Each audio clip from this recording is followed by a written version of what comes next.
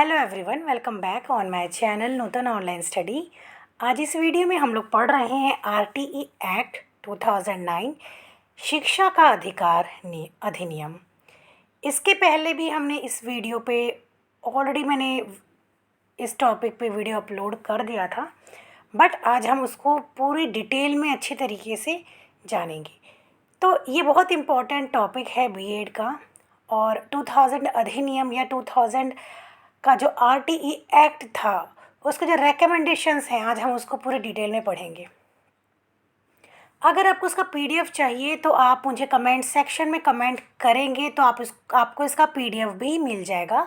और दूसरी बात, आप मेरे चैनल को make sure like share subscribe करना बिल्कुल भी मत भूलिएगा, क्योंकि मेरे इस वीडियो पे, इस चैनल पे आपको बीएड रिलेटेड वीडियो तो मिलते ही हैं, साथ ही साथ आपको सारे वीडियोस के पीडीएफ भी मिल जाते हैं।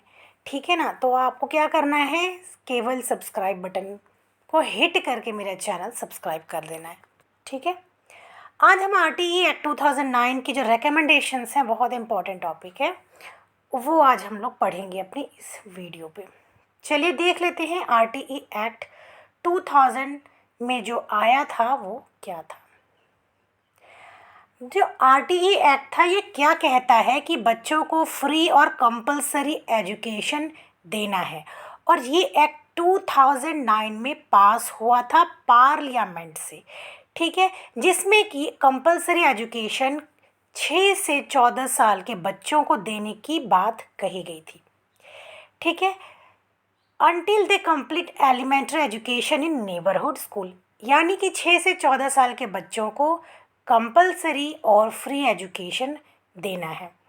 There is also a reference of children with disabilities in the act who are to be given elementary education in the age range of 6 to 18 years, यानी कि जो डिजेबल बच्चे होते हैं या फिज़िकली मेंटली जिस भी तरीके से डिजेबल बच्चों को यहाँ पे 6 से लेकर 18 साल तक के लिए उनको एजुकेशन, फ्री और कंपलसरी एजुकेशन की मांग कही गई थी।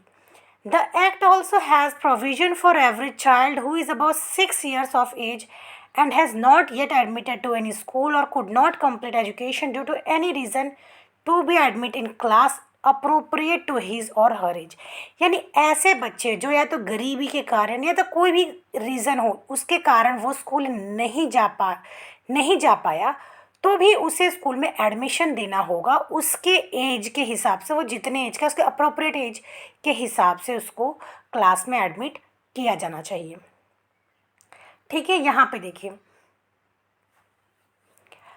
Free and compulsory elementary education, तो सभी बच्चों को जो 6 से 14 साल के बच्चे हैं उनको फ्री और कंपलसरी एजुकेशन दी जाएगी, और किसी भी तरीके की डायरेक्ट या इनडायरेक्ट कॉस्ट बच्चों पर नहीं लगाया जाएगा। जैसे कई सारे स्कूल्स होती हैं वहाँ पे फ़ीस भी ली जाती है, साथ ही साथ इनडायरेक्ट कॉस्ट जैसे कि उनको यूनिफॉर्म के नाम पे पैसे उनसे वसूल करना, बुक्स के नाम पे पैसे वसूल करना, इस तरीके की वसूली नहीं की जाएगी। किसी भी तरीके की कॉस्ट बच्चों से नहीं वसूल की जाएगी, यानी total A to Z free उन्हें एजुकेशन दिया जाएगा। आर्टिकल 45 में क्या कहा गया है, the state shall endeavour to provide early childhood care and education to all children until they complete the age of 6 year. Article 45 क्या कहता है कि the state shall endeavour to provide, यानी कि स्टेट की जिम्मेदारी होगी कि वो सभी बच्चों को अर्ली चाइल्डहुड केयर, मतलब सभी बच्चों को एजुकेशन दे जब तक कि वो बच्चे 6 साल के ना हो जाए, यानी ये जिम्मेदारी जो स्टेट गवर्नमेंट है उसको सौंपी गई। आर्टिकल 21A क्या कहता है, the state shall provide free and compulsory education to all children of the age of 6 to 14 year in such manner as the state may by law determine, यानी कि state को क्या है, सभी बच्चों को फ्री और कंपलसरी एजुकेशन देना है 6 से 14 साल के बच्चों को। आर्टिकल 51A के क्या कहता है, it shall be the duty of every parents guardians to provide opportunity for education to his child what between the age 6 to 14 year, यानी कि आर्टिकल 51A के कहता है कि ये जिम्मेदारी एक पेरेंट्स की, गार्जियंस की होनी चाहिए कि वो अपने बच्चों को अपॉर्चुनिटीज़ दे पढ़ने के लिए, 6 से 14 साल के बच्चों को। ठीक है, आगे देख लेते हैं, से कुछ रिकमेंडेशंस भी हम लोग देखेंगे। ठीक है, the right of children to free and compulsory education till completion of elementary education in neighborhood school. It clarifies that compulsory education means obligation of the appropriate government to provide free elementary education and ensure compulsory admission, attendance and completion of elementary education to every child in the 6 to 14 age group.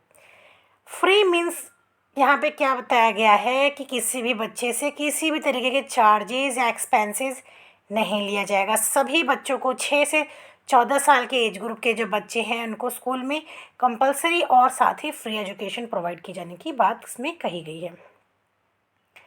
It makes provision for a non admitted child to admitted to an age appropriate class, यानी कि ऐसे बच्चे जिसका admission नहीं हो पाया, किसी भी कारणवश उसे एडमिशन दी जाए उसके एज के appropriate. It specifies the duty and responsibility of appropriate government, local authority and parents in providing free and compulsory education and sharing of financial and other responsibility between the state and government. ठीक है, तो यहाँ पे क्या बताया गया है कि it specifies the duties and responsibility of appropriate government, local authority and parents, यानी कि यहाँ पे जो लोकल अथॉरिटी है, जो गवर्नमेंट है, उससे ये जिम्मेदारी दी गई थी कि वो फ्री और कंपलसरी एजुकेशन दे सके। ठीक है, बच्चों को। It lays down the norms and standard relating inter to pupil teacher ratios, buildings, infrastructure, schools, working days teacher, working hours.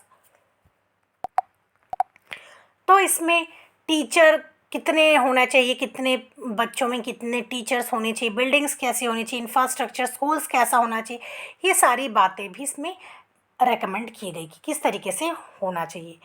It provides for rational development of teacher by ensuring that a specified people teacher ratio is maintained for each school rather than just as an average for the state or district or block. यानी कि यहाँ पे ध्यान दिया जाना चाहिए कि कितने बच्चों में कितनी टीचर्स, यानी 30 बच्चों में एक टीचर, 40 बच्चों, यानी रेशियो को ध्यान में रख कर ही जो टीचर है और स्टूडेंट्स उसका निर्धारण किया जाना चाहिए।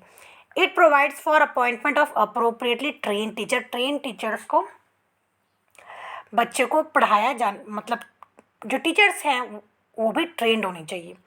इट प्रोहिबिट फिजिकल पनिशमेंट, मतलब किसी तरीके की फिजिकल पनिशमेंट देना बच्चों को या मेंटल हैरासमेंट करना।